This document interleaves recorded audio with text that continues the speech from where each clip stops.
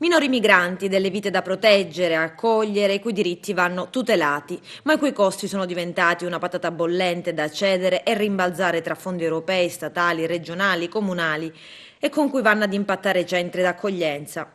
Ma se spesso le verità riportate dai migranti riguardo il paese di provenienza non rispondono a realtà, ci si può aspettare sincerità sull'età anagrafica? Oggi è stato siglato un protocollo tra ASP e Prefettura di Agrigento per risolvere il problema. Un progetto sperimentale che prevede un'equipe composta da pediatri, psicologi ed altre figure specialistiche chiamate a valutare l'età anagrafica. È noto a tutti il problema del fenomeno migratorio. Il fenomeno migratorio ha molte sfaccettature. Oggi si è focalizzato attraverso questo protocollo, la figura dei minori stranieri non accompagnati, ma in particolare la minore o meno o la maggiore età di questi migranti.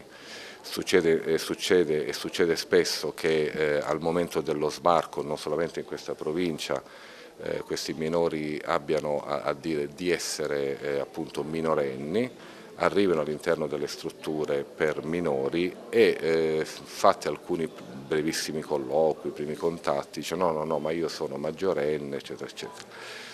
È un problema questo perché in maniera molto sintetica c'è da capire se quella dichiarazione di essere maggiorenne, se è fatta da un minorenne, che valenza ha, dovrebbe essere fatta comunque attraverso la figura di chi è colui che esprime la tutela della persona. Allora, in collaborazione con l'ASP si è ritenuto di individuare un percorso di carattere multidisciplinare che supera il mero esame di carattere radiografico o oxologico, come viene chiamato, un percorso di carattere multidisciplinare, cioè tante figure nell'ambito sociosanitario, che possa sostanzialmente portarci a dire sì, è minorenne, no, è maggiorenne, ma questo a tutela innanzitutto della persona, a tutela di chi poi opera e assiste e accoglie queste persone e garantire poi a quella persona quelli che sono i suoi diritti da minorenne o maggiorenne a seconda delle risultanze.